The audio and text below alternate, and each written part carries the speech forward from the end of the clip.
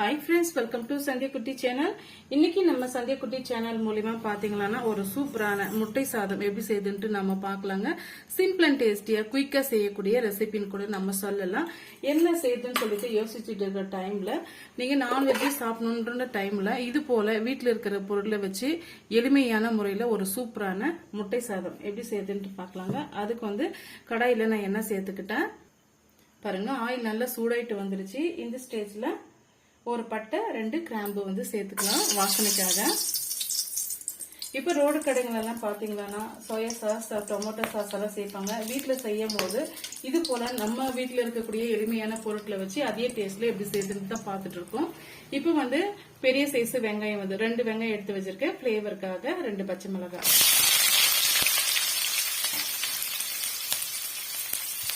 இப்ப இதெல்லாம் சேர்த்து வதக்கி விட்டுக்கலாம். இந்த முட்டை சாதத்துக்கு பாத்தீங்கன்னா புதுசா வடிச்ச சாதம் எடுத்துக்கலாம், அப்படி இல்லைன்னா மதியம் வடிச்ச சாதம் எடுத்துக்கலாம், மீதமான சாதம் எதுனாலும் எடுத்துக்கலாங்க. டக்குன்னு வந்து செய்து முடிச்சிடலாம். இப்ப இந்த வெங்காயம் வந்து ஓரளவுக்கு வதங்கி வரட்டும். பாருங்க, நம்ம சேர்த்திருக்க வெங்காயம் வந்து ஓரளவுக்கு வதங்கி வந்துருச்சு. இந்த ஸ்டேஜ்ல 1 டீஸ்பூன் அளவுக்கு இஞ்சி பூண்டு பேஸ்டும் 1 கொத்து அளவுக்கு கருவேப்பிலையும் சேர்த்துக்கலாம். சேர்த்துட்டு பச்சை வாடை போற வரைக்கும் வதக்கி விட்டுக்கலாங்க. பாருங்க, நம்ம சேர்த்திருக்க இஞ்சி பூண்டு நல்லா வதங்கி வந்துருச்சு. இந்த ஸ்டேஜ்ல 3 மீடியம் சைஸ் தக்காளி பழம் எடுத்து வச்சிருக்கேன். இது எதுக்காகன்னு பாத்தீங்கன்னா நல்ல ஜூசியா நமக்கு முட்டை சாதம் கிடைக்குங்க. அதனாலதான் நம்ம சேர்த்துக்கிறோம். இப்ப கடைகள் எல்லாம் பாத்தீங்கன்னா சாஸ் வச்சு அப்படியே செய்வாங்க. வீட்டுல செய்யறதுனால நம்ம ஒரு ஜூசியா நம்ம செய்துக்கலாம்.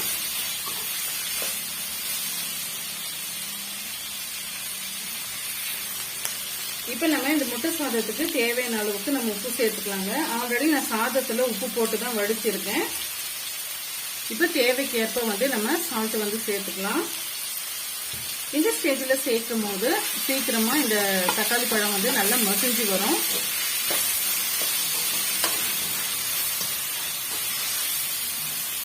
பாருங்க, நம்ம உப்பு சேர்த்ததுனால சீக்கிரமாவே தக்காளி பழம் நல்லா மசிஞ்சு வந்துருச்சு.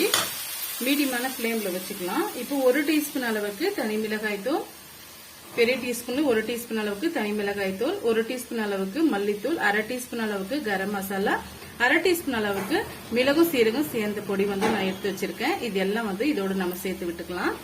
சேர்த்துட்டு மீடியமான தீ வச்சு இதை வந்து நம்ம வதக்கி விட்டுக்கலாங்க. இந்த பச்சை வாடை போற வரைக்கும் 1ல இருந்து ஒரு 2 நிமிஷம் வதக்கி விட்டுக்கினாலே போதும். பாருங்க, இப்ப நம்ம சேர்த்திருக்க மசாலா எல்லாம் நல்லா வதங்கி வந்துருச்சு. இது ஒரு சைட வந்து நம்ம விட்டுக்கலாம். இப்ப வந்து 1 டீஸ்பூன் அளவுக்கு மட்டும் ஆயில் வந்து சேர்த்துக்கலாங்க. அதிகமா வேண்டாம், 1 டீஸ்பூன் மட்டும் சேர்த்துக்கலாம். எதுக்காகன்னு பாத்தீங்கன்னா நம்ம முட்டை இதுலதான் நம்ம வறுக்க போறோம். நான் இன்னைக்கு பாத்தீங்கன்னா 4 முட்டை எடுத்து வச்சிருக்கேன். உங்களுக்கு எந்த அளவுக்கு வந்து முட்டை சேர்க்கணும்னு நினைக்கிறீங்களோ அந்த அளவுக்கு நீங்க சேர்த்துக்குங்க. இப்போ ஒரு 2 நிமிஷம் வந்து மிக்ஸ் பண்ணாம அப்படியே விட்டுடுங்க. பாருங்க, இப்ப நம்ம சேர்த்திருக்க முட்டையெல்லாம் நல்ல ஓரளவுக்கு வெந்து வந்துருச்சு. இப்ப இதை லைட்டா நம்ம கலரி கொடுத்துக்கலாம். இல்ல வந்து உங்களுக்கு நல்லா தூளா வேணும்னாலையும் நீங்க அது போல நீங்க செய்து வச்சுக்கலாங்க. பாருங்க, இது போல செய்யும் போது கொஞ்சம் பெரிய சைஸ் முட்டைகளை நமக்கு கிடைக்கும். இது போல செய்துட்டு இப்ப இந்த மசாலா எல்லாம் இதோட நல்லா மிக்ஸ் பண்ணி விட்டுக்கலாம். அப்பதான் இந்த முட்டையில நம்ம சேர்த்திருக்க மசாலா எல்லாம் நல்லா மிக்ஸ் ஆயிட்டு வருங்க.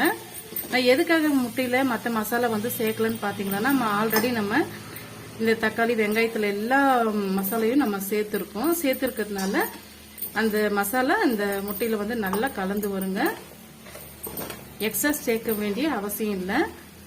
ஜஸ்ட் வந்து 1 நிமிஷத்துக்கு இது போல மிக்ஸ் பண்ணி விட்டுக்கலாம். இப்ப சுட சுட வடிச்ச சாதம் வந்து எடுத்து வச்சிருக்கேன். அதை வந்து மிக்ஸ் பண்ணி விட்டுக்கலாங்க. இப்ப மீடியத்தை விட கொஞ்சம் வந்து குறைவா நான் வந்து தீ வச்சிருக்கேன். இப்ப நம்ம வடிச்ச சாதத்தை சேர்த்து விட்டுக்கலாம்.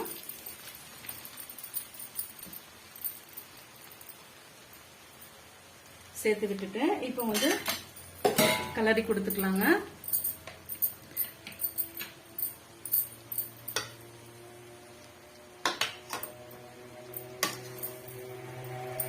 ரொம்பவே டேஸ்டியா ஜூஸியா நமக்கு முட்டை சாதம் வந்து ரெடி ஆயிடுச்சு பாருங்க. இது போல நீங்க சுட சுட செய்து நீங்க சாப்பிட்டு பாருங்க, அதனுடைய டேஸ்டே வேறதான். இது நல்லா வந்து கலரி கொடுத்துக்கலாம். இந்த சாதத்துக்கு பாத்தீங்கன்னா ரொம்ப உதிரி உதிரியே இருக்க வேண்டிய அவசியம் இல்லைங்க.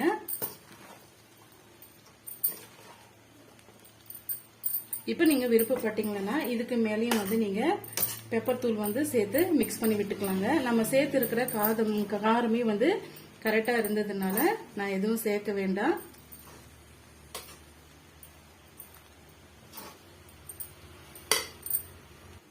இப்ப நம்ம சேர்த்து இருக்கிற மசாலா வந்து கரெக்டா இருந்ததுங்க. இந்த ஸ்டேஜ்ல நீங்க உப்பு வந்து கரெக்டா இருக்கான்னு சொல்லிட்டு நீங்க செக் பண்ணி பாத்துக்கோங்க.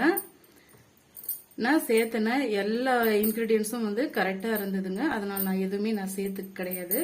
நீங்க செக் பண்ணி பார்த்துட்டு பிறகு வந்து சேர்த்துக்கோங்க. இது நம்ம சேர்த்திருக்கிற அளவு பாத்தீங்கன்னா கிட்டத்தட்ட 4 இருந்து ஒரு 5 பேர் வரைக்கும் தாராளமா சாப்பிடலாம். இப்ப நம்ம சர்வ் பண்ணிக்கலாம்.